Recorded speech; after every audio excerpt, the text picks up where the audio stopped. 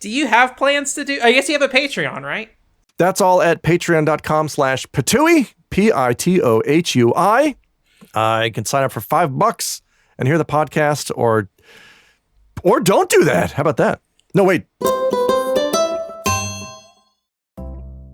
Alex Fraioli. He's an interesting guy. He was game journalist turned English teacher in Japan, turned retro game bar owner, and now moving to be a full-time content creator, or at least trying to work that into his incoming revenue between voice acting and things like that as well. And he recently made a video about basically love letter RPGs like Chained Echoes and Sea of Stars, and why he finds them to feel a bit lacking. And the reason I wanted to talk to him about this video is that a part of this process seemed to be kind of him trying to find the line between kind of respectful criticism while not coming off as like, being kind of toxically positive. Something I worry about a lot of times, because I am often like, hey, maybe we should tone down our conversations about games and how we talk about them. I think there's always the danger of saying, but that means no fun, which I don't think is true, but I think there's like a happy middle ground. So before watching this podcast, I will say I highly recommend you watch his initial video, so go check that out first. But for the podcast itself, we talk a little bit about kind of his favorite golden era of RPGs and kind of how he's kind of interacted with the love letter format up until this point. And then we kind of dive into the kind of the respectful criticism part of things. And also, he's looking to maybe potentially in the future make his own game. And so we kind of talk a little bit about, the lessons he learned from these titles and how he would like to implement those into his own creative works. I'll play anything that's turn-based and sprite-based. I'm on board. Like, that's my whole jam.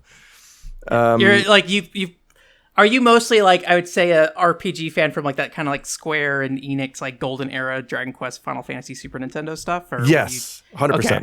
I definitely think that's like a very particular era of JRPGs that I think I don't have a lot of relationship with, weirdly enough. Yeah. But I heard so much about it on the internet growing up. It's just like, it has just bled into my mind at this point. So yeah, those are like, because I grew up with those. Like, to me, that's what RPG means. And in 2024, it's a completely different genre. It's like I see listicles that are like top 10 RPGs you haven't played, and it's like Fallout. Like, yeah, I guess, yeah, it's a CRPG, I guess, yeah, but like not to my brain. It's my, I want a little sprite guy with a sprite sword, and he's got this many strength, and he takes his turn when his bar fills up. Do you think it's like a particular era that kind of RPG kind of ended and it moved on to something else? Or yeah, I think as soon as RPG elements started getting injected into action games, that's when we all decided, oh, those action games are RPGs now. Like I wouldn't consider FF7 Remake or FF16 to be RPGs. Those are action games to me, to my brain. I like, just because the guy has numbers doesn't mean it's an RPG. But I mean, if you really think about it, like Dragon Quest isn't technically an RPG. Like, what role playing are you doing? Really, you're not. Yeah. You're just the guy who's stuck in this story. So even the term itself, I think, is kind of silly. But as a video game label, it had a meaning that has now gotten shifted around. But yeah, so the way that I think of it now is, all right, I like classic JRPGs. I guess is the thing that I like, and not just RPG. Yeah. Yeah. I guess maybe the thing I was trying to get more at was like, that kind of like Super Nintendo golden era of Final Fantasy VI, like RPG. Is that like where that type of game ends, do you think? Did like the PlayStation kind of bleed into that or encompass that? I kind of feel like Xenogears fits in that space as well, despite being a pretty late era PS1 game, I think. Yeah, I would say so. Yeah, I would consider... I mean, I'm sure there were some on the PS2, but by the time the PS2 came around, it was everything was kind of going 3D. I mean, by the end of the PS1's life cycle, I mean, there's a lot of good. I mean, I thought Chrono Cross was great. I don't mind the 3D stuff. But the PS1, I think that was sort of the tail end of the golden age with stuff like Xenogears and Suikoden 2 and just all of those were really fun and very meaningful to me. And then I think as a result of FF7's wild success earlier, that's kind of where the genre started shifting for everybody. And we started moving into this fancy, shiny sort of 3D world, which I was not a huge fan of, but I don't hate them. They're fine. So would you say Chained Echoes and Sea of Stars, which I believe were Kickstarter games originally, right? That they were like, hey, these are going to be like these older RPGs. Is that kind of the starting point when this stuff comes back, or have there been other Kickstarter projects over the years that you think kind of fit into this realm as well of like the celebration of that era of RPG? Oh yeah, there have definitely been others. There was a Cosmic Star Heroine from over 10 years ago at this point, which again was one that I was tempted to add it to the video, but I didn't have the time to include a third game because it took me 4 months start to finish to make this thing, and when I realized Cosmic Star Heroine also fit this mold, I was like, I'm good. Does it have the same problems, or? Yeah, well, okay. I don't know. I can't speak fairly about Cosmic Star Heroine because I didn't finish it. When I played the 2 games that I did for the video, I tried to be very careful about just knee-jerk reactions to them. I tried to view them as a tapestry. I told myself, you have to finish you have to roll credits before you start getting angry, which I think is a good policy for many people. And I did, and I rolled credits, and I was still like, yeah, I don't like this. I have that problem with like, gosh, some games where I just like, I get really upset at them up front and I just nitpick every little thing. I'm like, why am I doing this? Oh, no, I won't do this with any other game, but this game, I'm mad. It is totally okay to get, obviously, it's totally okay to get mad at a game you haven't finished. But I guess I'm speaking at it from the point of view, like, if you're going to make a video about something, you should probably finish it. Just to like, hey, maybe it redeems itself somehow. So I didn't finish Cosmic Star Heroine. I got a couple hours. I think I got like an hour and 59 minutes in, and then Steam refunded it because I couldn't deal. This is a similar kind of self-aware writing that Sea of Stars has that doesn't seem like it's there to serve any plot. It just seems like it's there to like, look how funny and quirky we are. Like, okay, cool, but are you telling a story at all? Because that's why I'm here. And it just didn't have that. The Sea of Stars, I always forget the second game's name. Is it Chained? Chained Echoes, yeah. Chained Echoes. When you played those originally, did you finish them on your own without like the context of this video, or was that something that you decided to do when you were like, I'm going to make a video about this, I'm now finishing these? It was, so I tried them first. I got a few hours into each, and I decided I don't really like what they're doing, so I put them aside. And I wasn't going to make a video until Sea of Stars won Indie Game of the Year at the Game Awards, and I looked up. I was eating breakfast and I had the Game Awards going on the second monitor, and I looked up like with a mouthful of oatmeal, and I'm like, what are you talking about? And then something changed, and I'm like, okay, I can't ignore this anymore. And I know the Game Awards are kind of meaningless, but it was still, it sent this message that like, no, everybody loves this, and just amazing reviews across the board. And there's a lot of good things about the game. Obviously, I think most of it is extremely well done. It's just the writing and the story are things that I'm very sensitive to, and it just doesn't hit any of the beats that it has to. Did you go like read other people's criticisms at all, or did you just kind of like look at the Metacritic score and then was like, this is a high number? I didn't even do that. I just I first of all, I try to avoid looking at other people's opinions about things that I want to write about because I don't want to poison my own view. So I try to just write completely, offline, so to speak. And I think all I saw was like, I think maybe Sabotage had tweeted out an image of like the Sea of Stars logo surrounded by review scores, and it was all like 9.7, 9.5, 5 stars.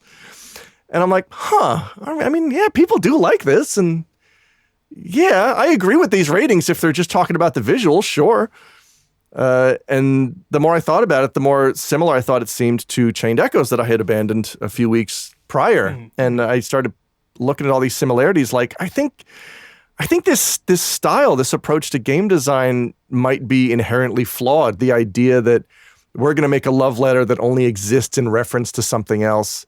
Yeah. Sometimes to the point that it kind of feels like you're trying to squeeze by on recognition. Like, oh, this looks like Chrono Trigger, therefore everyone's going to love it. And everyone did love it, and that's what frustrated me. Do you think that other people who rate this game highly don't see that part of the game like you do, or is it just they're willing to overlook that stuff as I think it's both. I think the most important thing here is my video is not intended for people for whom story is just not important in a video game, and that's totally normal. It is absolutely 100% okay to play a video game and not care about the story. I care very deeply about story, especially in RPGs, because that's why I played them as a kid. I like the idea of this sort of slow approach to gameplay where you can take your time and level and wait for your turn to come up in combat. And all the while, there's this slow, well thought out, well-paced story happening in the background. Yeah. And when I get bored of that, I have Mega Man and Castlevania, and I can play those too. But the story part, the story element is so important to me. And there have been so many good ones that when I see, young indie devs making these sort of love letter games, I'm like, okay, surely they took away all the right lessons in storytelling and character development and all that. And then to see that they kind of didn't is sort of baffling to me. Like, but that's the best part of those games. How could you not do something that's on that level? I guess. So one thing that you really emphasize the story part of RPGs, and I think I'm kind of mixed on it. Like, I really like characters in RPGs. Yeah. I think the story itself, I'm like, it can be good or bad. I don't really care. As long as I like the character interactions that are happening, that's fine. And gameplay mechanics is why I haven't played Dragon Quest much at all, because I've always had a really hard time playing like standard attack, defend, item kind of battle systems. I would like to revisit that because the last time I played a formal Dragon Quest was 8 when I was like 15. Oh, so wow. I need to get back to trying one of those, and I don't know which one yet. I think 5 for some reason stands out to me all the time. I don't know 5's why. Really good. He's got a little purple hat on or something. I don't know. But 5's an example of a really, really good, just a very strong story, just start to finish. And characters. That's always kind of Dragon Quest thing is lots of great characters. The overarching story is usually pretty good, but it's the characters that really carry it. Well, did the original? So I don't know. Did that game get localized originally, or was that one of the ones that got localized later? Yeah, that only got localized on the DS. The DS version was the first one. Oh, really? That's I guess it's not that late. DS was like mid 2000s, late 2000s. So yeah, maybe someday. Did anyone ever do like a fan translation of the Super Nintendo? I assume is the original platform. Yes. Yeah. Okay. I did not play it, but I'm sure it's fine. I might check it out. We'll see. I also, both the games you talked about in the video seem to reference Chrono Trigger a lot. I have never played Chrono Trigger. Maybe someday I'll play Chrono Trigger, but it's great. On my list to do. Yeah, just, I mean, adjust your expectations, because at this point in your life, everyone has hyped up Chrono Trigger as the greatest game ever made, and it's not. You're going to enjoy it, but it's not the greatest game ever made. I come in very skeptical in any of those situations. Like Super Metroid, everyone's like, you got to play Super Metroid. You got to play Super Metroid. And like, what's interesting to me about Super Metroid is that it feels like a clumsy game. Like everyone hypes it up and it doesn't feel very good to play. But that's like what makes it unique and interesting to me, is because like I'm a big Castlevania, or we used to be a big Castlevania fan at the very least. And like the way you move in Super Metroid, like just from like the physics of it, just the terrain, and then also like the map layout is just very weird. And I don't like it, but I really respect it. So I did want to get back to the story part a little bit, because you mentioned story being, a big focus for you. So one thing that was apparent in the video is that like, I don't know if you remembered these, like, and just like when you're playing Sea of Stars and Chained Echoes, you're like, oh, these are things I remember, or if you had to go back and look at them, but you do recall like a lot of names, a lot of like very specific plot points, and a lot of like cutscenes and how they play out specifically. I was curious, how much of that did you have to find when researching the video, and how much of that was something that was apparent from the beginning when you were playing it?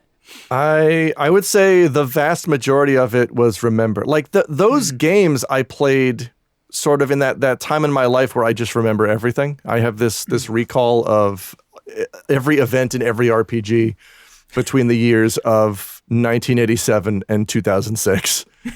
I'd say like 95% of them I knew. And then what happened was I would play through those games to get that footage, and as I was playing through, I'm like, he swiped that too! And I would just instantly realize, like, well, we got to capture this too. It happened a lot with FF12. FF12 was... I had maybe only about a dozen points of comparison, and then as I was playing to capture, I was like, "Oh, that's the same. Oh, so is this. Oh dear." And I going back to the characters though, I want to say that Chained Echoes does characters and writing, I'll even say, better than Sea of Stars. It's like Chained Echoes was sort of a passion project by this one dude, and like he was really putting a lot of effort into it, and you could tell, even if I kind of disagree with the way he was blatantly stealing from every Squaresoft RPG ever made, the original elements that were there, you could tell that he put a lot of work into it. And, I just, it's looking at it from a player point of view, I feel like, dude, if you had just changed a couple of things and not stolen this, like this could have been a really cool original story. And instead you just made it a reference fest, and it kind of nullifies the rest of it for me. Both of these games being Kickstarters, I think they were both sold as like follow-ups to these games, or not follow-ups, but love letters. Like they told people coming in that like, we're going to make this thing. Do you think there is like a fear in creating those games of like, we have to put these things so people know it's Chrono Trigger? So you don't have, like, I'm a big Mighty Number 9 fan, and people do not like Mighty Number 9 for a lot of reasons, but one of the reasons is that it's not very Mega Man. Yeah. And I love it for it not being very Mega Man, but people were very upset about that. Like, this is what we paid for. So I'm curious if you think there's any concern that might have led to them being like, we have to make this Chrono Trigger or something like that. Yeah, I think there's, yes, because I think they knew that's how you can market an indie game these days. Is it's just like Famous Game You Remember. Yeah. Which by the way, as a tangent, I wish we could stop doing that. I wish I could open up Netflix and not see a new series that's like, it's like 24 meets Full House. Like, I don't want, okay, I do want to watch that, but just why do we have to describe things as, a melange of pre-existing things? I guess it's easy to understand and I get it, but it's just really frustrating. Like, yeah, I guess we're all dumb idiots. We need everything reduced to it's A plus B. When I was growing up, Twin Peaks came up all the time in the context of Majora's Mask. I still don't know what Twin Peaks is, but it was the only way people would describe Majora's Mask for probably like a 5-year period. I feel like he's like, it's very Twin Peaks-esque. I'm like, that doesn't help me. It's Twin Peaks is great, and I recommend Twin Peaks, but almost as like a window into Japanese thought process and game design, because Twin Peaks was huge in Japan. And because it had all these weird surreal elements that once you notice them, you kind of see them popping up in other games, especially Deadly Premonition, which is basically Twin Peaks the game. Okay, yeah, but yeah, I think I had like a minor Mandela effect with the promotional stuff for Sea of Stars, because when I went to make the video, I could have sworn they name dropped Chrono Trigger specifically in the marketing or the Steam entry or the Kickstarter, and I couldn't find it anywhere. So I might have been imagining it. I might have been just reading what I wanted to read into it. But I could have sworn they said inspired by Chrono Trigger and maybe edited that out, but I don't know. But you can at least read it from the game itself. Like you made some pretty direct comparisons. It's all over. Yeah. I found out through your video that Chrono dies. I'm like, oh no, Chrono. Spoilers! Oh, I didn't mark that. He's fine. He comes back. He just melts a little bit. Yeah, I have that problem. Like when you told me that he comes back, I'm like, oh, then it wouldn't even matter to me. Those moments infuriate me more than anything. Like somebody dies and just comes back. So I'm like, knowing that he just comes back, I was like, all right, at least I won't get mad because I already know what happens. So. Yeah, and it's almost instantly right after he dies is you go back to your base, so to speak, and the guy's like, well, here's how to revive him. Oh, okay. All right. Well, that's not so bad. So one thing that I think I had talked to you a little bit on Twitter before about like trying to, I think it was in the context of like Suicide Squad, the game or something like that, the live service game. And it was like me trying to convey what I would say is, I guess, respectful criticism, right? Yeah. Is what I try to put it as. But I think there's a lot of, especially stuff like, I wrote up like a post on my Ko-fi, but everything on my Ko-fi is just like a mind dump and it sucks. It is to me, it feels like the most reactionary stuff I put out there. It's just like, here's my brain trying to figure out what the hell I'm trying to say. And so I think the thing that I always run into is that like, well, maybe I should say initially, I think the first thing I ever tried to when I was like trying to make my criticism more respectful was trying to think about like the person I was looking at who made the game like was in front of me and I was telling them about it, right? So an example I gave early on was I was playing Resident Evil 7 and a zombie just like spawns in front of you at some point. And my initial thought was like, oh, they were lazy and just put this zombie spawn right in front of me, right? And I was like, well, that's probably not the language I should use, because I don't know why that zombie spawned in front of me or like what caused that situation. Or I think I was just saying it's lazy. Like I knew how that situation arose. It's jarring. That's kind of what I was saying. Okay, that was jarring that happened, kind of thing. And I think watching your video, I think you do a good line of trying to be respectful and critical at the same time, while not necessarily kind of like filing down the teeth of what you're trying to say. And one thing I was kind of curious about was, when you are writing this video, I mean, this is like an hour and 40-minute long video, right? It's long. Yeah. I guess up front, like, how did you feel about that length? Is that a format you think you want to do again? Because your first video was like 10 minutes, 15 minutes? No, the first one was just under half an hour. The one about the pixel art, I think, was 28 minutes. Pixel art. I was thinking of the alcohol one. I forget what those are short. Yeah. Okay. Those are a lot shorter. Yeah, I didn't have a target length in mind. I just opened up a document and I was like, let's get this out of my brain. And then once it was out of my brain, I realized, this is going to be real long, unfortunately. And I think in the future, I'm going to try to keep them down or hire an editor, because a lot of that, like, it took 4 months start to finish. A month and a half of that was the editing. I was gonna ask you is how long you spend on editing, because that is the challenge I find, is that when I'm editing a scripted video, 90% of the time is editing. Like the writing part is the 10%, and then the rest of it after that is editing it. And when you were editing it, like what type of things were you looking through in your editing process? Was it more of a language thing? Was it more of a content thing? Was it all of the above? Like when you're editing, what things are you typically changing, do you feel like? I noticed that when I edit these things, I have to do a lot of ADR, because I will say something that I realized I worded that wrong, or I disagree with that, or it's a little too hard. Did you say ADR? Is what you said? Yeah. What does ADR mean? Additional dialogue recording. Okay, gotcha. Either for the audio that I already recorded, or for the what I call the couch video, the couch portion. Yeah. In which case, I'll have to scrap the couch part, because I'm not going to... It's such a pain in the ass setting everything up to film on the couch. I don't do those portions because they're a pain in the ass. It's the worst. That's why I do them twice a year. It's the worst. Yeah.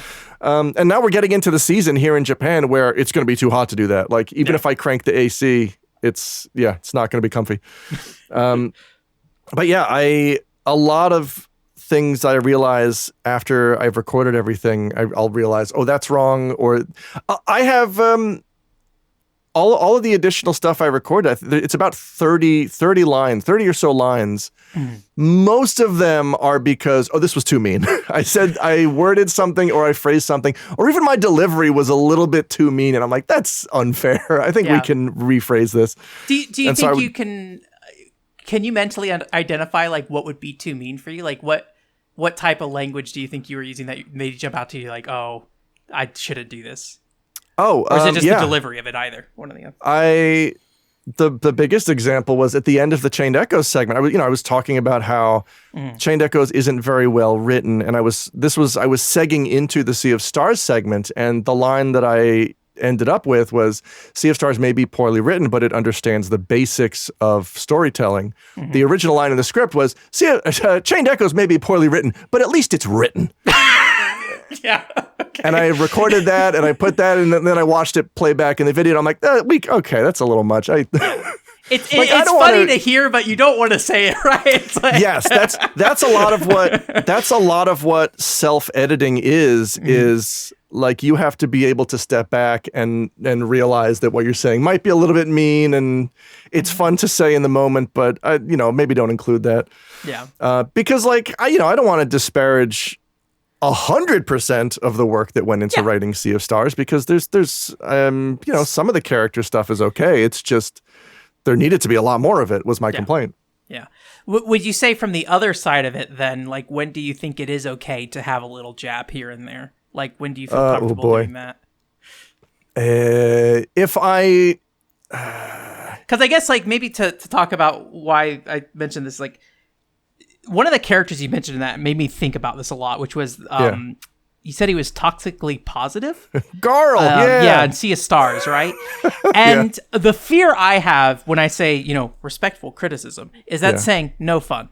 And like, no, you should be able to have fun. I think you should. And I will poke fun at games privately all the time. Publicly, I have a harder time doing it, but privately, and maybe that says something about me, but I will have a good laugh with a friend about how bad a game is privately, but then I'll like go on YouTube and like defend the game to the ends of the earth because like, here's the design decisions. But I think the danger I always have is that like if you don't allow people to have fun and then the discussions, then you end up in a situation where it has become like toxically positive and it kind of limits what people can say about games at times. So I'm curious, where do you think that is okay, and when is it fun to like poke fun at things in a public sense on a video or something like that? That's a good question. I don't know. I try to I basically let myself loose as much as possible and then tailor that language after the fact to, I guess, sort of keep it within a certain realm of respect. Because after running a video game bar for 10 years, I talked to angry gamers on the reg. And I talk to a lot of people who just have, very angry opinions about very minor things. Mm-hmm. And after listening to those for years, my takeaway is it really that big a deal? Yeah. So I try to reserve real frustration and anger for the things that I think are, huge design mistakes and not so much just, personal opinion kind of things. And in this case, I have a lot of strong feelings about story and storytelling and character. And so when I see these mistakes, because I was a creative writing major, and I just my last couple of years in college were just nothing but reading stories. And after doing that for a while, you start to get into this mindset of like, okay, these are the basic things that go into a story. Where are they? Why didn't you do them? Are you telling a story or what? What's going on? And if you don't want to bring this up, it's perfectly fine. But if you don't want to talk about it in this way, but one of the ways I wanted to ask you was Ray, your podcast co-host, I assume friend as well. He has made 2 games. Is that right? One was like a shooter, and the other one's like a Yes. He made a Blast Rush, which is a shooter on iOS and Android and Steam. He may have ported it to other stuff. He also has a thing on the Playdate called Mash Gadget, which I believe is now permanently on sale. And have you played those games at all, or no? I have, yes. Yeah, and I guess when you think about like if you gave any feedback, like do you feel like you would give Ray feedback differently than if you're talking, into the emptiness of YouTube? Yes. Well, my feedback on that sort of stuff is mostly limited to I think I'm most critical when it comes to story, and those games don't really do story. Yeah. They are games in the fundamental sense of I am a spaceship and I'm shooting other spaceships, which I like, which is great. And then Mash Gadget, which is a very unique sort of, I guess, I don't know what you would call it, an app? I don't know. I think it's like a toy, right? The original thing was, it's like kind of the 16-shot thing, I think, right? Yeah, the old Takahashi Meijin, Rendakun, the shooting watch, those things. I am less likely to give feedback on those things because those just aren't really in my wheelhouse, I guess. I trust that Ray knows what he's doing. And if I have a complaint, my assumption is, well, I don't understand this genre as well as he does, so I must be wrong. Now, say Ray wrote Sea of Stars. Do you think that would change how you would approach writing about Sea of Stars? Do you think? Because I think a lot of times people talk about like bias and stuff in like game coverage, and so you get I'm a journalism major, so like I get why that is a thing that exists, but I think sometimes when it comes to game journalism, people kind of take it out of control of just like we don't cut the corners of whatever. We're here to be the most objective kind of thing, right? I think people kind of take it to the extreme. So I think I'm kind of curious if you feel like if Ray was the one who wrote that, do you think you would have changed your criticism and how you would talk about it on YouTube? It would alter our entire relationship. No, I don't know. it's hard to imagine because Ray's not a fiction guy, you know. I'm not either, so I can sympathize. So I think related to this, the reason that I come at it from the angle I do is because of the creative writing angle.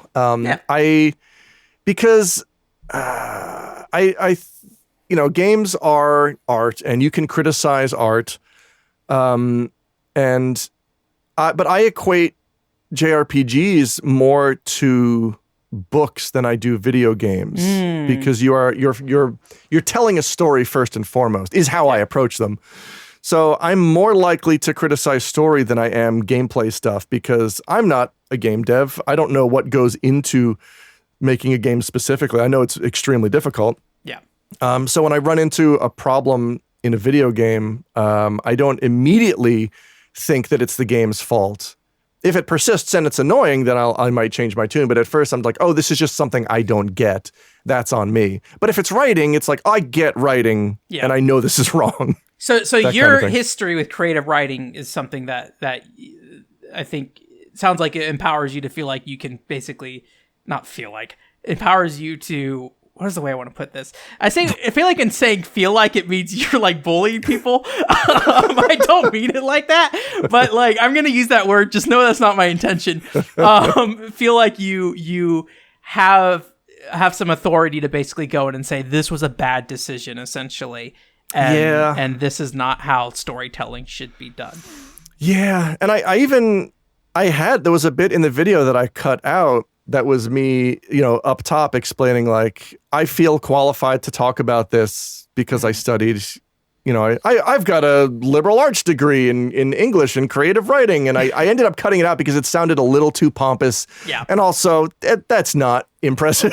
It's one of the easiest degrees you can get. All I had to do was show up and write papers and that was that. I think any kind of like writing communication degree is always kind of like, yeah. It's a degree, all right. So. Yeah. You know what? You majored in journalism. I wanted to major in journalism. I went to Ohio University, which has the Scripps School of Journalism, which is supposed to be one of the best in the country. And I applied to get into Scripps. And they wanted writing samples. They're like, submit 5 writing samples that you've done for news outlets. And I'm like, first of all, okay, like I want to be a journalism major and they want me to submit 5 things I've already written. All right. I was freelancing for gamers.com or 1UP or GameSpy at the time. And I would just send over like, here's the details on how they're going to bundle the modem with Phantasy Star Online. And not even a rejection, just no response. I wrote I submitted my application. Article about the Vita at one point for a school newspaper because some guy was really trying to get me into the school newspaper. I'm like, I really don't want to be a part of the school newspaper.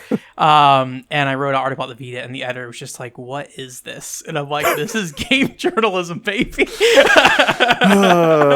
Rewriting, news stories that were reported on blogs. Although that might come later than you, actually. I don't know if that whole thing had established because you were writing in what year range were you doing game coverage? Ray and I started in 2001 on a fan site called the Gaming Intelligence Agency. And that led into 2002, we started freelancing for gamers.com. Yeah.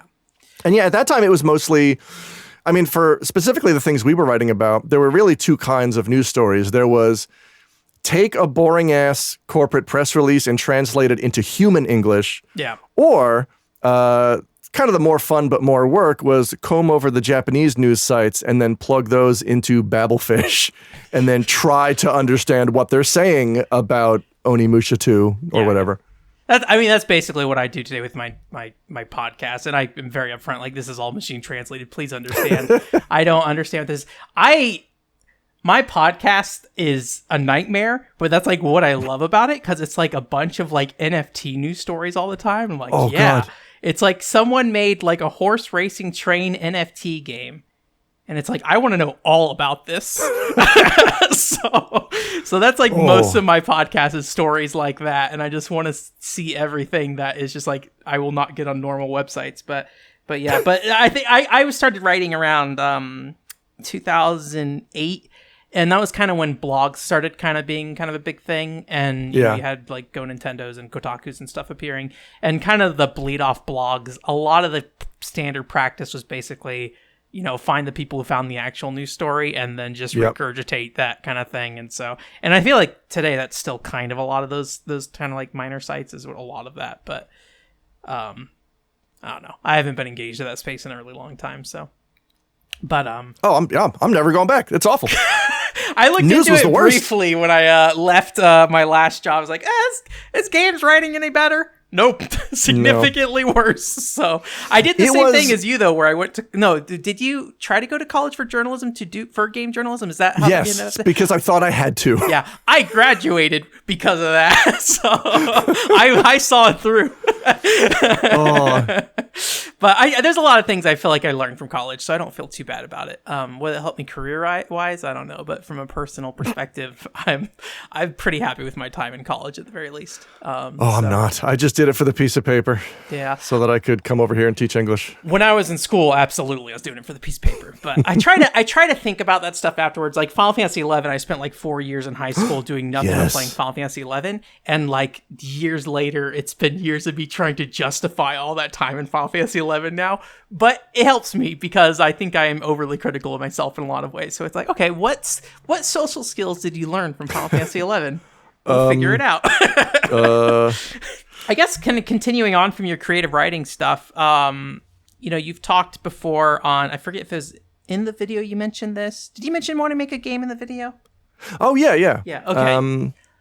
I had the idea to make a JRPG style game, just turn-based, pixel-based, very story-heavy kind of thing. And during the pandemic was when I really had the time suddenly to start putting work into it. And that was all story, like all the story, the characters, the scenario. That's what I started writing. And then once I felt confident in that, I was like, well, time to learn pixel art and programming and music. What's that? Pandemic's over? Better get back to work. And then I just kind of left it that way. But when I, after playing these games, after playing Chained Echoes and Sea of Stars for a little bit, I'm like, boy, I sure hope my approach was different, because I don't think I dig this love letter thing. And I open up my old design document and the first line at the top just says, Suikoden love letter. I'm like, oh no, okay. That's all right. We can fix this. Does it open up with Chrono in a bed or whatever it is? No, even when I was in love letter mode, I wasn't even doing it 1-to-1. I was still like, okay, this is a loving nod to a thing that I like. And now I know that that's distracting and I don't want to make a game with that mindset. And so I'm in the process of going back through the script and changing things to make them more unique and sort of less obvious ripoffs, I guess. So your history, we talked about this before the podcast, but your history employment-wise really hasn't involved creative writing. So how, since college, have you interacted with creative writing? Have you been writing stories, or is it something that's dormant you just think about? Or stories every now and then. I used to post them on a blog. I used to just do a lot of just very silly, a lot of short form humor fiction, things like that. It was mostly just blogging. It was mostly just using way too flowery language to describe my lunch, insufferable creative writing major, things like that. It's like a practice thing, right? Like in some ways it's like, yes, here's a garbage thing I'm going to write, but I'm going to make it real nice because it would be helpful to know how to do this later in the future. And then after a few years of blogging, I think I credit Twitter with being the thing that refined my writing, because suddenly I had this finite amount of space. I'm like, I have to be creative. I have parameters now. And I think parameters are the greatest gift you can receive if you are any kind of artist, because it forces you to work within these guidelines and constraints. And suddenly I had to get very good at using language in a very small space. And it really affected and improved the way that I use language and the way that I write. And it kind of made me inspired to do more with it. So we've kind of generically used the term creative writing, but I assume on Twitter specifically, is it more of like humorous writing specifically, like kind of cracking jokes kind of thing, or is mostly stupid jokes? Okay, I was trying to figure out exactly how to use that to improve your writing, but I would imagine jokes, but also just brevity in general. I would assume. Oh yeah, that's Twitter is a great teacher for joke structure and what works and what like I'll draft a thing that I think is funny, and I'll read it over all day. Like I'll come back to it every couple hours. Like it's a funny idea, but it's not funnily worded. And then I'll remove like one word, and I'm like, oh, that's it. That's the wording. that's the cadence. Like that's what it needs to sound like to be funny. There we go. So has your creative writing typically been comedy in the past, or? Yeah, just silly. I like on my blog, I wrote a short story about Dracula giving a speech at the Rotary Club about his daughter and how hard it is to run a business as a vampire, and just a lot of just stupid things like that.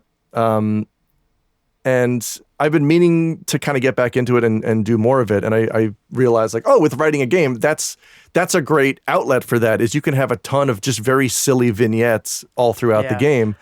And that's fun and that's interesting. And I think that's a great way to use it. I don't know if people say this anymore, but for a long time, people used to say humor is really hard to do in video games. I don't know if that's still true today, because I feel like there's a lot of games that do humor now. And people don't say that anymore. So I don't know if it's just like a limitation of the types of games that were being made back then. I think it's first of all, humor is very subjective. Yeah. So it's kind of like you can do something that's funny to a lot of people and is not funny to other people. And I typically fall in the camp where I don't typically share a quote unquote gamer sense of humor, which I think is one of the reasons that I get turned off by all the references. It's like, I feel like I'm just constantly getting elbowed in the side. Like, you get what I'm talking about, right? Gamers, right? Like, shut up. Yeah. And I just, and a lot of like self-aware, fourth wall breaking kind of stuff I feel is very out of place, and I don't want to call it lazy, but it's very low-hanging fruit. It's very like, this is the entry-level humor that you can put in a video game and people will like it. And I'm like, well, I don't like that though. Yeah. So this story you're writing is a Suikoden love letter, and I only ever played the original Suikoden, and I do not remember much about the story other than the very end of it. Is it tonally, are you trying to do something similar to Suikoden? And I don't think Suikoden has a lot of humor in it per se, right? No. Yeah. A little bit. So is this like a different approach for you, or are you saying I'm going to put the funny in Suikoden? Well, what I realized when I started writing it was what my brain meant when I said I wanted to make a Suikoden love letter was I really like that visual style for JRPGs. Which is what made it difficult when I started playing around with RPG Maker, because, Suikoden character sprites are like, they're very tall. They're like twice as tall as like a chibi Final Fantasy VI kind of sprite. Yeah. And that's kind of what I meant was I like more human proportions. And I like that game world and that art style. And then when it came to the story, I ended up going totally different.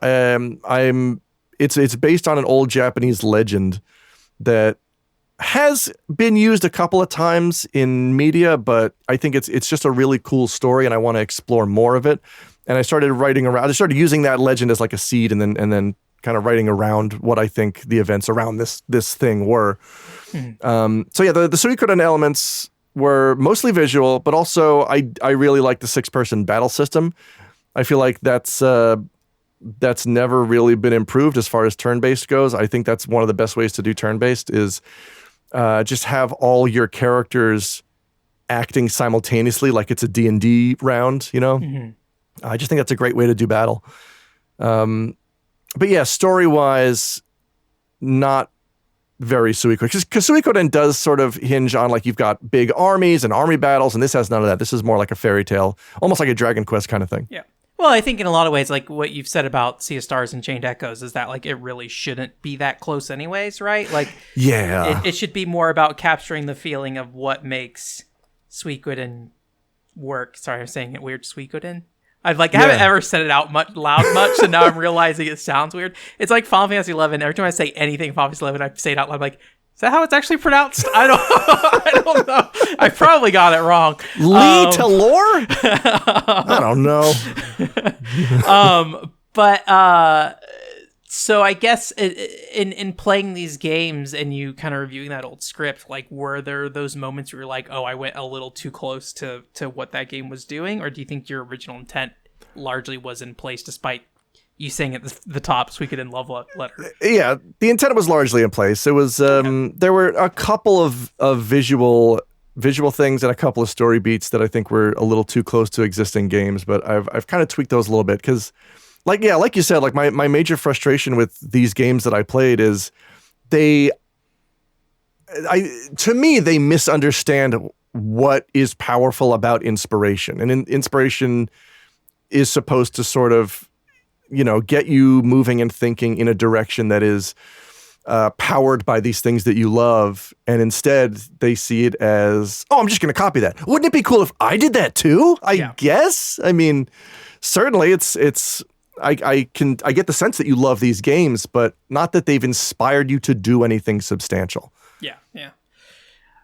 You mentioned earlier is that you kind of view JRPGs as books, kind of. Yeah. So I guess why a game rather than just a book? I ask myself that every day. Because adding a game on sounds like multiplying the work significantly, and also it does. If you're doing it yourself, congratulations, you're going to learn a lot of new skills soon. I think ultimately it's because games are a very unique medium, and I briefly cover this in the video as well, but games are this marriage of story and sound and, art, and it's all these things coming together to produce an experience that feels like something more. And that's what's great about it. And it's honestly, when the moments I get inspired are the moments when music kicks in and a scene comes together, and it's usually a boss fight. I mean, I'm usually thinking, wow, this is really cool.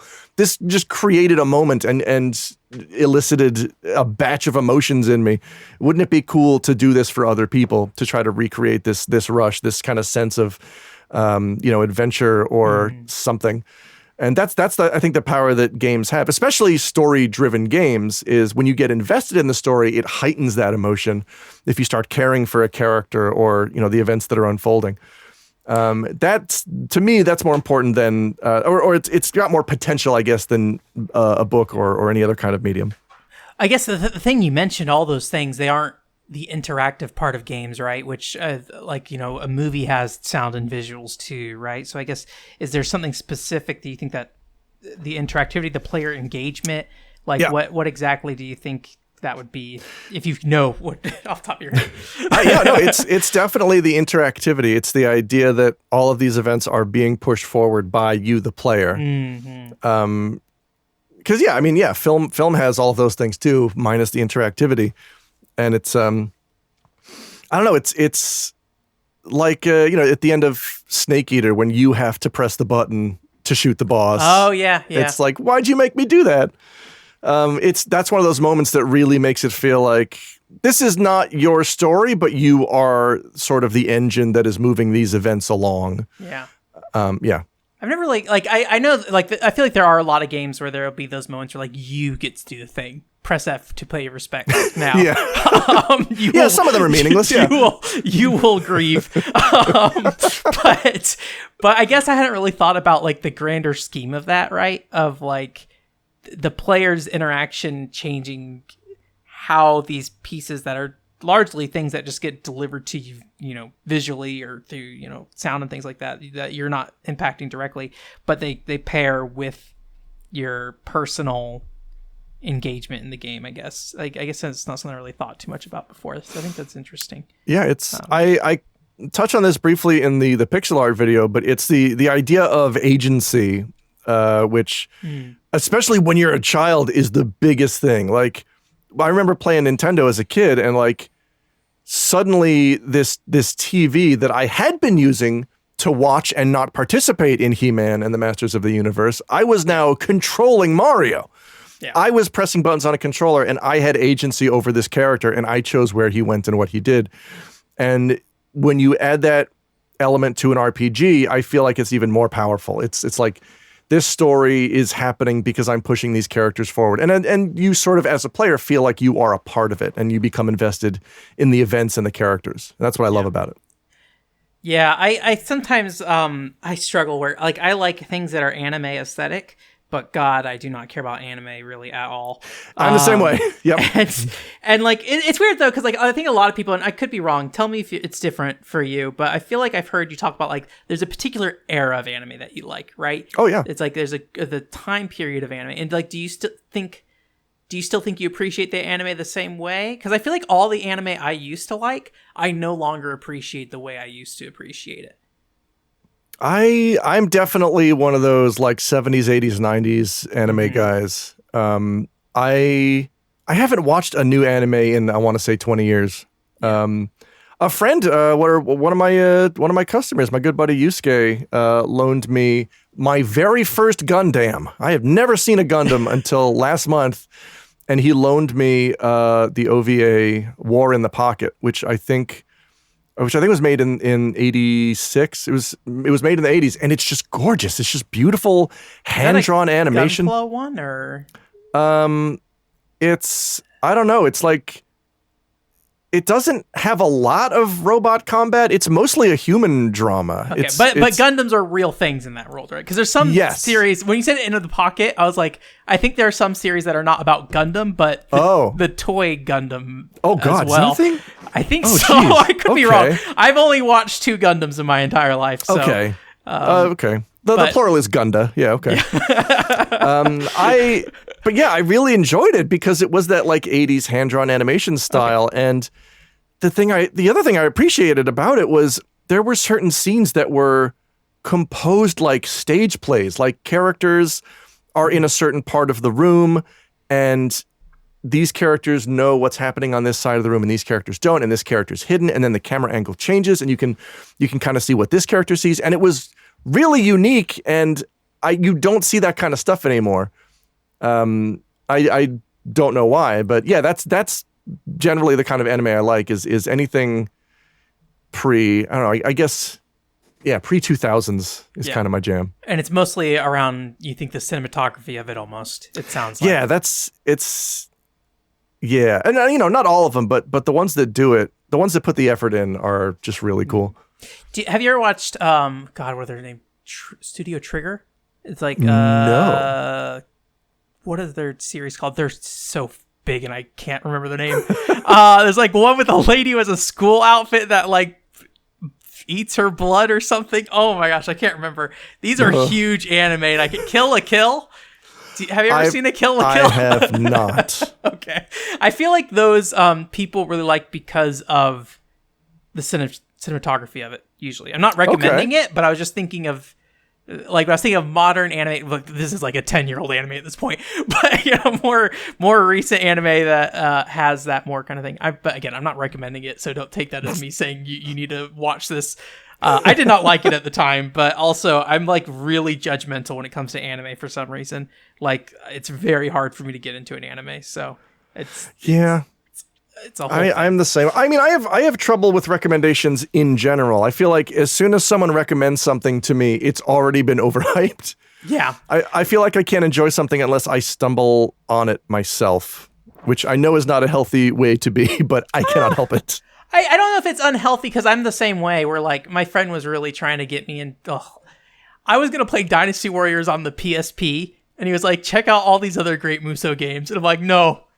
Dynasty Warriors on the PSP is now what's happening, so I'm sorry. Yeah. Now I can pursue Lubu, because I can take this anywhere. Yeah, and I learned a lot from that game. I don't understand Muso games, but apparently that game's not very Muso-like, so I'm like, okay. Well, there's room for me to play more Muso games. But yeah, I have the same problem with recommendations, where I'm like, people are like, you should play this. I'm like, great. I'm not going to. I'm going to go play something else. So yeah. Hence why Chrono Trigger has been like a 20+ year journey for me of actually getting to. Somebody offered me $100 to play it once and I still did not play it. Whoa. Because I did not care enough, apparently. Damn. So, I mean, Chrono Trigger is one of those games where you just have to pretend it's 1995 and you have to put yourself back in that time and then approach it from that mindset. And it's great. It's really fun. But it's also one of those things, you know how like when something has been referenced enough in popular culture, and then you go back and watch the original thing, it's like, oh, I've seen all this already because you've seen it referenced so many times. It kind of feels like that. I feel like I have a worry that, like, we were talking about how music hits you in games and stuff like that earlier. I feel like I've heard the entire Chrono Trigger soundtrack through YouTube videos. Yeah. And so, like, at this point, whenever I hear, I'm like, oh, it's a Chrono Trigger song. Like, I don't know if it will hit the same way, you know, if I'm like, oh, I associate this with, like, somebody ranting on YouTube about something, basically. So. Yeah, YouTube ruined everything. Well, I think it's one of those things that, like, I think you can approach games from different angles, and as long as I, like, say to people, hey, I'm approaching game from this angle, right? Like, I love playing licensed games without knowing the original IP. I'm like, I'll play this anime game. I don't know anything about the anime. We'll see what happens. And that's like a Wizard of Oz game. I played that as well without ever watching the Wizard of Oz. I'm just like, all right, I'm going to learn about the Wizard of Oz through this Japanese DS RPG. So, but yeah. So I guess, to get back to your thing though. So I might be beating a dead horse on this, but maybe I'm just trying to get a little bit more information on exactly, you know, when you played Sea of Stars and you played Chained Echoes, like, were there, you know, you said you looked at your script and like the intent was there that you felt like you didn't have the same problems as them. Were there things you feel like you've learned from them that you think will ultimately help you in creating, you know, your story-driven JRPG game? I don't know why I defined it so much, but that absolute, like, yes, I have. If you were to see my desktop, it is littered with text documents because I'm a very disorganized person. One of them is lessons learned from games, and I have a whole heading for Chained Echoes, Sea of Stars, Eiyuden Chronicle, which I'm playing through. Yeah, there's a lot of things. Is that the original team who worked on Suikoden, or is that like a most of them? Yes. Group? Okay. Yeah, it's that's another one where, like, I'm torn on that one because it is meant to look and play exactly like Suikoden, which I like because I really like that series, but at the same time, it's kind of sticking to them beat for beat. Yeah. And not really doing anything new, but at the same time, I thought that's what I wanted, and I don't know. And I can't get mad at it. For you. Well, that's the thing about Eiyuden is, like, can that be classified as a love letter? Because it's most of the same team. They're just playing the hits, really. I feel like sometimes there's a fear of getting too far away from what worked a long time ago. Yeah. And so you get a game that it's like, oh, I mean, you made more of that, but it's not going to hit the same the fifth time or whatever like that, right? Like, yeah. It's like when I went home for Thanksgiving recently, and on the plane I watched all 4 John's Wick, and by the 4th one I was like, this is just, I mean, I get it, it's still fun, but it's exactly the same. Yeah. I don't need another one, but I want to watch it, but I don't need it. I think that's what I like about Final Fantasy so much, is like each of those games generally are pretty different. Yeah. The one exception might be 14 when it originally came out, but yeah.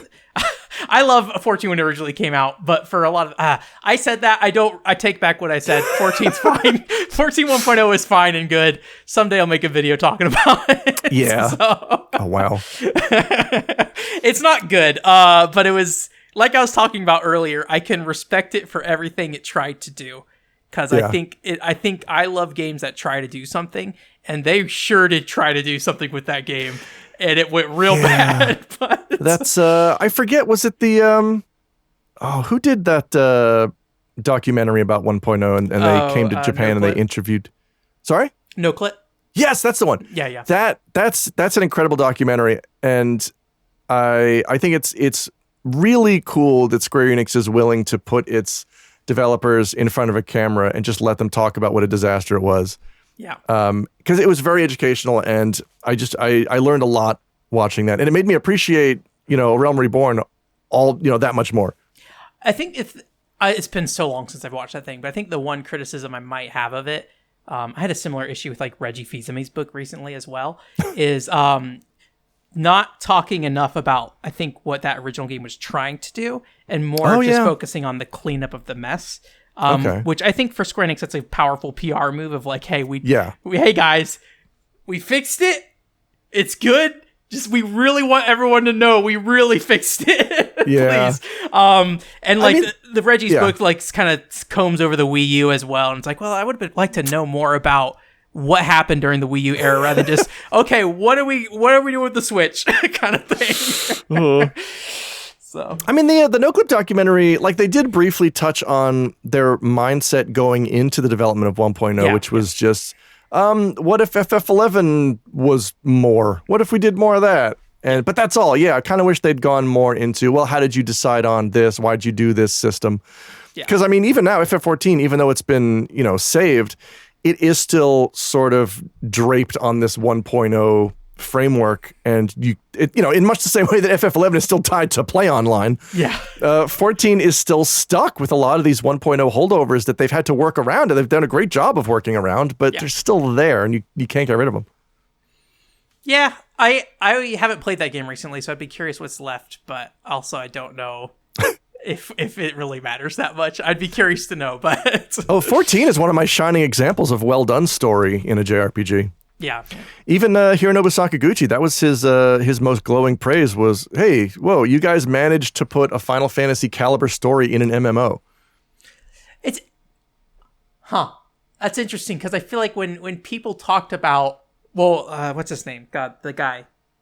Yoshida, the director. Oh, yeah. He talked about it as, I could be wrong. I think he talked about it as like a Final Fantasy amusement park in a lot of ways. Yes. So do you think narratively it's separated from that? Or because that kind of goes back to the maybe referencing old stuff a lot in a game, right? Yes. Well, I think what he means, the way I refer to that is the ultimate FF fan wank, which is, I like his amusement park analogy.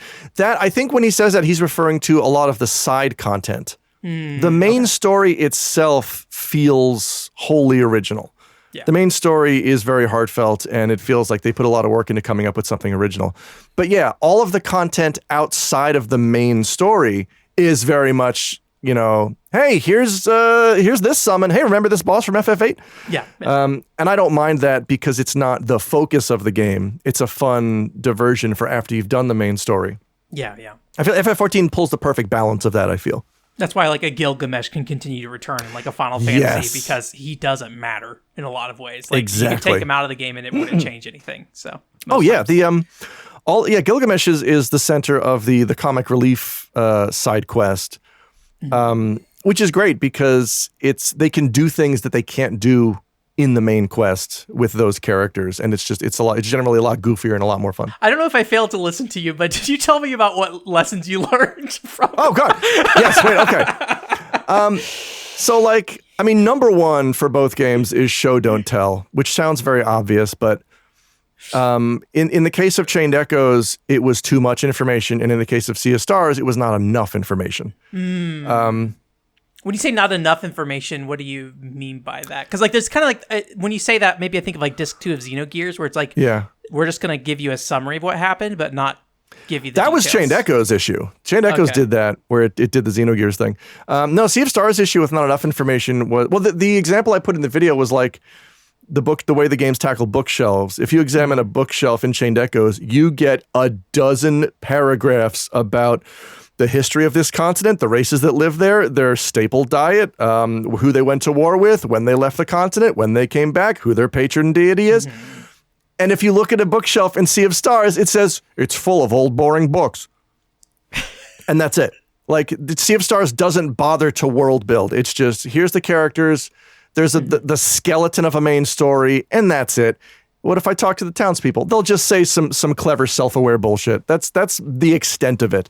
There's not a lot. Chained Echoes, I mean, for all the complaints I have about it, it bothers to build those characters. It bothers to have scenes where characters don't get along, or characters have debates about current events, or characters talk about cooking, and Sea of Stars doesn't really do that. Sea of Stars just says, here's the cast, here they are reacting to the villain, roll credits. Gotcha.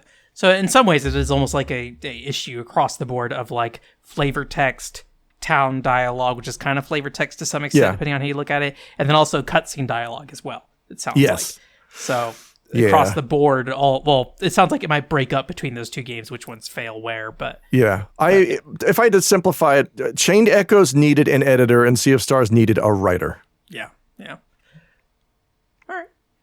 Hang on, I got some others here. Yeah, I was about to say number 2. I was like, I don't know how many you have. Number 2. Top 10 ways to improve your video game. Oh, God. let's see here. By a guy who has not made a video game. Yeah, I don't know Dick. I don't know anything. This is something. This was more a Chained Echoes thing, but relating to the music, this is something I actually learned from FF14 from Masayoshi Soken, which is, it's okay to fill your soundtrack with disparate genres because FF14 is full of electronic, industrial, hard driving guitar, not just strings and brass, which seems to be the default for RPGs because medieval, I guess. Did Golden Era Super Nintendo RPGs go into that at all, really? Like, I feel like Final Fantasy X, they were like, oh, there's a guitar in this one. Yes. It started, I feel like it started in 6 when Uematsu had a better handle on the different sounds you could get out of a Super Nintendo. Like FF6, you can kind of tell what's supposed to be a guitar, what's supposed to be a trumpet. And then 7 lost that because for some reason, I guess, maybe he was new to the PlayStation hardware. All of the like the PlayStation sound font that was used, all the tracks kind of sound the same. Everything sounds like womp womp, which I don't like that sound. And then from 8, Uematsu started sampling actual instruments, which is where it got back on track. And I was like, oh yeah, this is what you're supposed to do. Is you're supposed to fill it with all these different kinds of sounds and instruments. Yeah. And then from then on, I think it was pretty good. And so Sea of Stars and Chained Echoes doesn't really go into that realm at all. So this criticism is mostly of Chained Echoes. And like, I also want to emphasize the soundtrack is super strong. It's really good. Eddie Marianakro was the composer, and he did a fantastic job with what he was given. Sea of Stars soundtrack is pretty good. It does a thing that I really like, which is taking a track that you hear a lot, in this case, the battle theme, and then changing the instrumentation when your setting changes. So like when you start the game, you're kind of on this tropical island world and the battle theme sounds one way. Then when you go to a futuristic setting, it's the same battle theme. It's just all the tracks, all the instruments have been changed to be more synthy. And it's the same melody, it's the same tune. It's just, it's a way to indicate you're in a new place. Here's a familiar song, but you are in a new place. Yeah. So yeah, Sea of Stars soundtrack, I got no complaints about it. It's great. Gotcha. I think for that Final Fantasy VII thing in specific, this is not really useful information. I think it was a load time thing specifically. They're trying to avoid long load times for battles. Okay. They were trying to reduce the time to we need the music to be not loading samples in. But who knows? All that video game history stuff, I feel like every day of the week somebody's putting out a tweet about this quote's not actually real. Somebody translated it bad or something. So who knows? Number 3. As I'm reading these, I realize a lot of them just fall under the heading of don't be too long-winded, but just make sure you write enough. Okay. I mean, you're mostly a writer, right? So that would be kind of... Yeah, that's kind of what I focused on. Yeah. I guess secondary to the writing, I focused on RPG mechanics. And one of the things that bugged me in Chained Echoes was permanent investments. Don't make me upgrade a weapon that will soon become obsolete, because it does that a lot. The weapon upgrading system has, I think, been one of the bigger criticisms of Chained Echoes, and I didn't talk about it in the video at all because it wasn't really related to love letter or writing. But it's not that upgrading your weapons is bad, it's that it takes so long to combine crystals and put them on your weapon and decide how you're going to spec. And then 2 seconds later, you open a chest and you find a sword with one more attack on it than the one you just made. It's like, it happens a lot, though. You spend a lot of time crafting weapons that become obsolete almost immediately, which kind of got frustrating for me at the end. Not to derail you too much, because I mentioned the fact that you primarily are a writer. When you envision this game in the future, is it you doing every step of the way, creating this entire thing? Or Oh, God, no. No, it's, I would certainly need to get somebody for art, for sprite work, which I know is very expensive. Yeah. But, I mean, one of the things I am taking from Suikoden is the character portraits. And Suikoden 1 does this better than any other Suikoden. The character portraits for the dialogue boxes are beautiful, but they're not overtly anime. Starting from Suikoden 2, they changed the style a little bit to anime, and then from 2 onward, it's very anime. Suikoden 1 has these beautiful, almost watercolor paintings of characters that, and I'm glad they reproduced it for Eiyuden Chronicle. But it's a beautiful style that kind of makes the game feel elevated above a typical anime RPG. It's a great approach to character design, and combined with the sprite art, which you can interpret kind of however you want. They do look kind of anime-ish, or they could not. I mean, that's the beauty of pixel art. It's you get to kind of interpret them whichever way you want. Yeah. The look of it, I feel, is very unique. Yeah.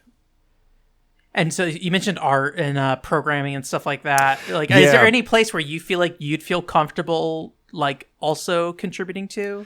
Not yet. Like I said, like after I hammered out the story, I started learning, all the half dozen other disciplines I need to master to make a game. And I got 3 weeks into a Python course, and I'm like, I'm bad at this. I can't do numbers. I can't do any of this logic. Yeah. So I think it's a place where like I may have to step back and just be the annoying creative guy who's like, actually, his wings should come out faster. That's always the issue with, like, I think, or maybe the stereotype of being a writer first, wanting to make a game, is just like, I have the idea. It's almost like ideas guy kind of feeling. Yeah, can you guys make it work? Yes. So like one of the ways that I find voiceover work is I use a site called Casting Call Club, and there's so many projects on there that are just like somebody will make a job and they're like, well, they have to write what you're casting for. And he's like, well, I need voice actors and I need musicians and I need someone to write the story and I need someone who can edit all the video together. Basically, I want you to make, it's kind of a Minecraft, My Little Pony, Friendship is Magic crossover. That's my idea. You guys go make it. And we'll put my name on it. Like, there's a lot of projects like that where it's one guy with half of an idea who expects other people to do it. And I really want to avoid being that guy. I really don't like that. It's tough, especially when you like feel it encroaching on you a little bit, where it's like, I don't have the skill set to do these things, yet I'm asking people to make something that's in my vision. Right? Yeah. I think as long as you have the self-awareness, that's probably step one of just like, okay, I'm not just going to a random Discord and saying, why aren't people just making the thing I want to make?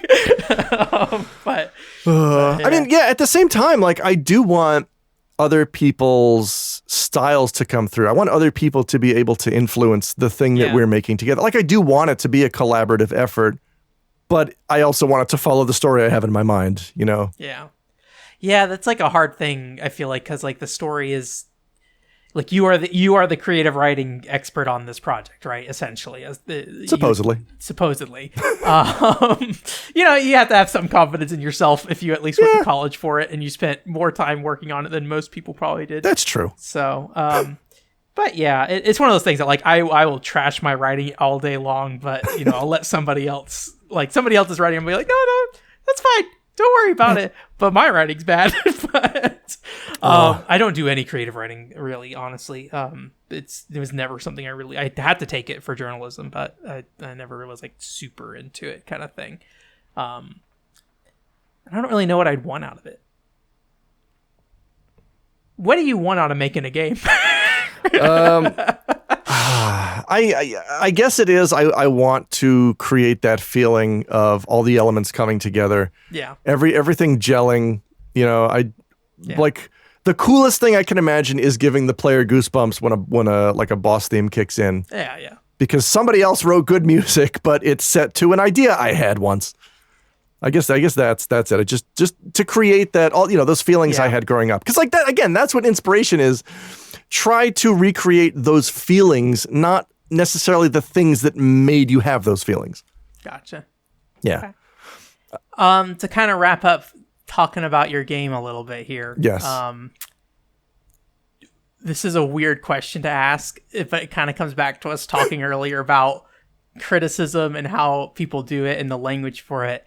Do you have any thoughts out of like, when you think about somebody looking at your story and then being like, I'm going to criticize it, like what fears do you have and what do you think you would help you oh boy not get so afraid if somebody were to give you feedback? My biggest, like, because there's so much crossover between anime and RPGs, my biggest fear is that someone's going to see the story and be like, this is just like in that one anime.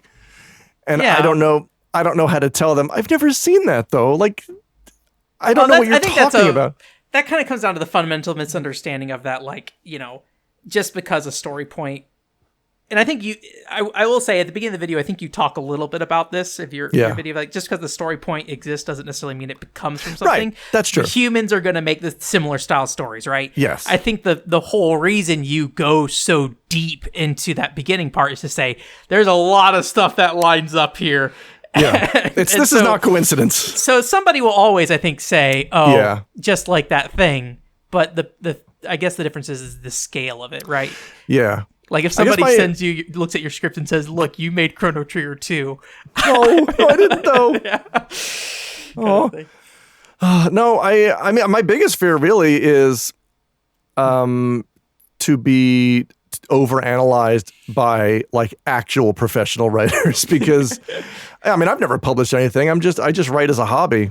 And I know there's people who have put out books and other creative works who might play it and be like, well, this character is weakly developed, or this is not really earned when you had this character do this, and I know what you were going for, but I guess to have it viewed by, not just RPG fans, but by actual experts in fiction and writing, but I think that's a common fear with anybody who does anything in any field is, oh, what if someone better than me hates it? You know. When you say that, like people who are like, do you people in the game criticism space at all, or just random people you look up to, or people know, or just people that I looked up to, people that I know. I'm not concerned about this. This is gonna sound like the most RPGfan.com. Yeah. I'm not concerned about criticism from gamers because I guess in my mind, stars 90. Yeah. Sorry, I'll shut up. You can say what you're supposed to say. in my mind, I do kind of, like I said, I see JRPGs as being closer to books than video games. That's why I think I'm more fearful of book criticism than I am game criticism, because I'm not really concerned with what Joe Gamer thinks of my game, but I am concerned with what Steve Author thinks of my writing, I suppose. I think when I think about, video game analysis and criticism, the things I'm always thinking about are the kind of that mass consumer online gamer culture, I guess. And then, on top of that, you have the professional consumer kind of layer with a bunch of like content creators and stuff like that, right? And I think to some extent, Alex does care about that, right? He mentioned the fact that he wants to instill a sense of excitement into people as they like reach certain boss fights and things like that if he makes a game. But from an analytical perspective, I think it's really interesting that he's more concerned about what his peers think. I assume because, they have the knowledge and expertise to, define what it means to have good and bad writing rather than just, what is the emotional reaction that somebody has to a game, which can be, muddied up with a lot of prejudices and things like that. So I'm curious if that is something I will be able to see in his videos later in terms of just like, is that something I'll be able to recognize that is kind of the angle he's approaching certain things from? Not that he's saying that would be it. I'm just curious if that affects his content in any real way. So anyways, you can check out his YouTube, which is just his name, Alex Fraioli. Hopefully I'm saying that right.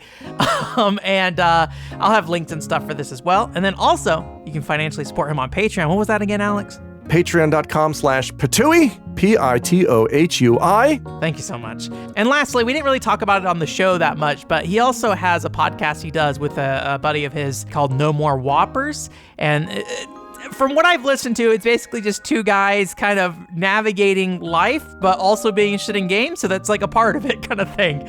And I really appreciate kind of the honesty they have in just like, what they're going through and things like that and what they're thinking. I think it is a show that is definitely more about the people, but games is a part of that as well. So if you need yourself a podcast, I definitely recommend checking it out.